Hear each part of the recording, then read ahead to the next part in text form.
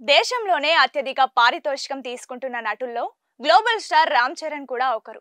ముఖ్యంగా triple R cinema ఘన విజయం సాధించడంతో రామ్ చరణ్ రేంజ్ మారిపోయింది. ఇక తర్వాత నటించిన ఆచార్య అతను నిర్మించిన సినిమానే కావడంతో పారితోషికం తీసుకోలేదు. అయితే గేమ్ చేంజర్ సినిమాకు రామ్ చరణ్ భారీ రెమ్యునరేషన్ తీసుకుంటున్నట్లు గతంలో వార్తలు వచ్చాయి.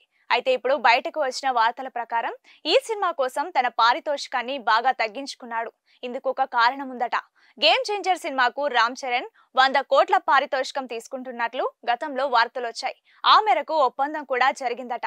కానీ రామ్ చరణ్ ఇప్పుడు కేవలం 65 కోట్ల రూపాయలు మాత్రమే అందుకుంటున్నాడని తెలుస్తోంది. గేమ్ చేంజర్ సినిమా బడ్జెట్ ముందుగా 300 కోట్లు అనుకున్నారట. అయితే సినిమా షూటింగ్ ఆలస్యం కావడంతో ఆ బడ్జెట్ కాస్త పెరిగి 500 కోట్ల దాకా అయిందట. ఈ క్రమంలోనే నిర్మాతల శ్రేయస్సు గురించి ఆలోచించిన రామ్ చరణ్ తన పారితోషికాన్ని తగ్గించుకున్నాడట. కేవలం 65 కోట్ల రూపాయలే తీసుకుంటున్నాడట. ఈ సినిమా జనవరి 10న విడుదల కానుంది.